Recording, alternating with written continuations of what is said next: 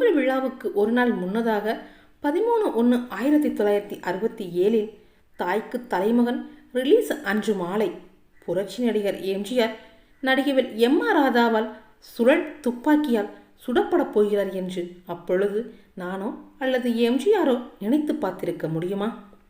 எம்ஜிஆரின் இடது காதுக்கு கீழே கழுத்து பகுதிக்குள் புகுந்த 2 தோட்டாக்களில் ஒன்றை அறுவை சிகிச்சை செய்து அகற்றி எடுத்து விட்டார்கள். மீண்டும் இன்னொரு அறுவை சிகிச்சையின் மூலம் 2வது குண்டை எடுக்க முயன்றார். அதனால் எதிர்விளைவு ஏற்பட்டு உயிருக்கு ஆபத்து உண்டாகலாம் என்று முடிவு செய்த மருத்துவ நிபுணர்கள் அதை அப்படியே உள்ளேயே வைத்து வெளியில் தையல் போட்டுவிட்டார்கள். குரல் வளையில் ஓரமாக குண்டு பாய்ந்ததில் எம்ஜிஆரின் குரல் வளம் பாதிக்கப்பட்டு வழக்கம் போல சரளமாக பேசும் சக்தியை அவர் இழந்தார். அதனால் ஒலிநாடா கருவியை வைத்துக்கொண்டு அவருக்கு பேச்சு பயிற்சி அளிக்கப்பட்டது. இந்த இடத்தில் எம்ஜிஆர் எனக்கு கூறிய பல பேருக்கு தெரியாத ஒரு தகவலை தெரிவிக்கிறார் ஆரூர்தாஸ் அவர்கள். கழுத்து பகுதியில் அகற்றப்படாத ஒரு தோட்டா உள்ளே இருந்து கொண்டிருந்தது. எம்ஜிஆரின் மனதை எப்பொழுதுமே உறுத்தி கொண்டே இருந்தது. அதனால் மருத்துவ ரீதியிலான எந்த ஒரு உபத்திரவமும் இல்லை என்றாலும் கூட மனோதத்துவ ரீதியில் அது அவருடைய மனதை அழித்து கொண்டே இருந்தது. தேவையில்லாத வேண்டாத ஒரு விஷவஸ்து தன் கழுத்திற்குள் இருப்பதை விரும்பாத அவர் உறங்கும் நேரத்தை தவிர மற்ற நேரங்களில் அதை எண்ணி எண்ணி தன் மனதோடு போராடி கொண்டிருந்தார். அவர் உடலிலிருந்து பிரிய வேண்டிய எண்ணுயிரை இழுத்து பிடித்து உள்ளே இருக்க செய்த இறைவன் இந்த ஒற்றை குண்டு வெளிவதற்கு ஒரு வழிவகை செய்ய வேண்டும் என்று வேண்டிக் கொண்டார். சில மாதங்கள் சென்றன. எம்ஜிஆர் அவர்களுக்கு கடுமையான சளி பிடித்து அத்துடன் கூட அடிக்கடி இருமி தொண்டைக்குள் நிறைந்திருந்த கோழை என்கிற கபத்தை காரி காரி துப்பிக் கொண்டிருந்தார். ஒரு நாள் அப்படி காரி துப்பும் போது கோழையுடன் சேர்ந்து இத்தனை நாட்களாக உள்ளே குடியிருந்த அந்த குண்டும் வெளியே வந்து கீழே விழுந்து விட்டது. அதை கண்ட எம்ஜிஆர் மகிழ்ந்து தன் உயிரை குடிக்க வந்து அது முடியாமல் உள்ளேயே தங்கியிருந்த அந்த குண்டை எடுத்து கழுவி சுத்தப்படுத்தி அதை ஒரு முக்கிய நினைவு சின்னமாக கருதி எவர் சில்வர் டப்பாவில் வைத்து மூடி பத்திரமாக பாதுகாத்து வந்தார். இன்றைக்கு தியாகராய நகரில் ஆற்காடு தெருவில் அமைந்திருக்கும் எம்ஜிஆர் நினைவு இல்லத்தில் அவர் தன் வாழ்நாளில் பயன்படுத்திய கை கடிகாரத்திலிருந்து கார் வரையில் அவரை தேடி வந்த அத்தனை பொருட்களும் காட்சி பொருட்களாக இடம்பெற்றிருக்கின்றன. ஆனால் அன்று அவர் துப்பி எடுத்த அந்த துப்பாக்கி குண்டை மட்டும் காணோம்.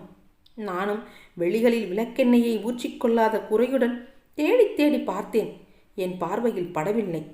அன்றைய நாட்களில் முத்து என்பவர் நினைவு இல்லத்தை பராமரித்து கொண்டு அதன் காப்பாளராக இருந்தார். அவரை ஏற்கனவே நான் நன்கு அறிவேன். அதனால் அந்த தோட்டாவின் கதையை கூறி அது இங்கு இருக்கிறதா என்று கேட்டேன்.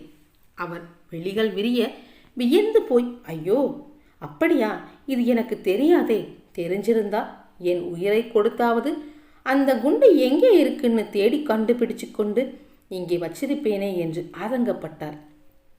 எம்ஜிஆரை தன் உள்ளத்தில் குடிவைத்து கொண்டு உடலை அவருடைய நினைவு இல்லத்திலேயே இணைத்து பொருத்தி கொண்டிருந்த எம்ஜிஆர் விசுவாசியான அந்த முத்து இப்பொழுது உயிருடன் இல்லை. ஆனால் அவருடைய ஆவி மட்டும் எம்ஜிஆர் நினைவு இல்லத்தைத்தான் சுற்றி கொண்டிருக்கிறது என்பதை நான் நன்றாக அறிவேன். மருத்துவர்கள் குறிப்பிட்ட காலக்கெடு முடிந்த பின்னர் பொது மருத்துவமனையில் எம்ஜிஆரை முதலில் உறவினர்களும் அவர்களுடன் கூட மிக மிக முக்கியமான பிரமுகர்களும் பார்க்க அனுமதிக்கப்பட்டனர். அதற்கு முன்னதாக ஒரு நாள் மாலை தேவர் அண்ணன் என்னையும் அழைத்து கொண்டு மருத்துவமனையின் 3வது தளத்தில் தென்மேற்கோடி வராந்தாவின் கடைசியில் சிறப்பு அறையில் இருந்த எம்ஜிஆரை பார்ப்பதற்காக சென்றோம்.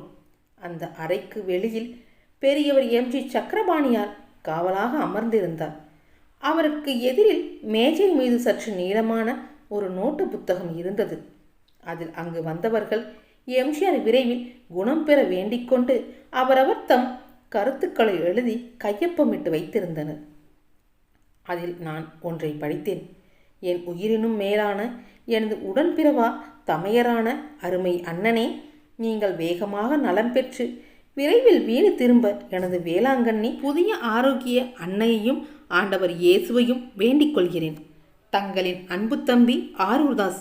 அதோடு தேவரண்ணன் அவரது குலதெய்வமான மருதமலை முருகனை மனதார வேண்டிக் கொள்வதாக எழுதி அவருடைய கையொப்பமிட்டார். நாங்கள் அன்புடன் கேட்டுக்கொண்டதன் பேரில் பெரியவர் என்னையும் தேவரண்ணனையும் பார்ப்பதற்கு அனுமதித்தார். அதே பொது மருத்துவமனையில் அன்றைக்கே அனுமதிக்கப்பட்ட எம்.ஆர். ராதா எம்ஜிஆரை 2 முறை சுட்டதும் அவர் இறந்து விடுவார் என்று முடிவு செய்து தன்னைத்தானே 2 முறை உச்சந்தலையில் சுட்டுக்கொண்ட அந்த 2 குண்டுகளும் ஆபரேஷன் மூலம் அகற்றப்பட்ட பிறகு உயிருக்கு இனி ஆபத்து இல்லை என்ற நிலையில் நலம் பெற்றிருந்தார். சுடப்பட்டவரும் சுட்டுக்கொண்டவரும் 2 பேருமே உயிர் பழித்து கொண்டது அதிசயம் என்று எண்ணி அறுவை சிகிச்சை நிபுணர்களே வியந்தார்கள். விஞ்ஞானத்தின் அடிப்படையில் மருத்துவ கல்வி கற்றுத்தேர்ந்து அதில் அதிசயிக்கத்தக்க அருஞ்சாதனைகள் புரியும் நிபுணர்களான அனைத்து மருத்துவர்களுமே அவர்களுடைய அறிவுக்கு அப்பாற்பட்டு ஆகாயத்தில் ஒரு சக்தி இருப்பதையும் அதன் பெயர் கடவுள் என்பதையும் இதயபூர்வமாக ஏற்றுக்கொள்கிறார்கள் என்பதை நன்கு அன்றுதான் அறிந்தேன். இதை இன்னும் சற்று விளக்கமாக கூற வேண்டுமானால், இறந்து போன ஒரு மனித சடலத்தை கூறு கூறாக வெட்டி அதன் உறுப்புகளை தனித்தனியாக எடுத்து பிரேத பரிசோதனை செய்து ஆராயும் போதுதான் அவர்களுக்கு புரிகிறது, மனித உடலின் அற்புதமான இந்த அமைப்பிற்கு காரணகர்த்தாவான மருத்துவர்களுக்கெல்லாம் மாபெரும் மருத்துவரான பொறியியல் வல்லுநர்களை எல்லாம் மிஞ்சிய விந்தையான ஒரு விஞ்ஞானி விண்ணில் இருக்கிறார். அவர்தான் இறைவர் என்ற சூட்சம வடிவம். இந்த சூட்சம சக்தியை அங்கே விஞ்ஞானத்தின் விளிம்பை தொட்ட வெளிநாட்டாரும் அறிந்து வைத்திருக்கிறார்கள், அதை நம்புகிறார்கள். அந்த சக்தியைத்தான் தேவர் அண்ணன் அவர்களும் நம்பி எம்ஜிஆர் அவர்களுக்காக தினமும் ஒரு பூஜை ஏற்பாடு செய்து பிரார்த்தனை செய்தார்.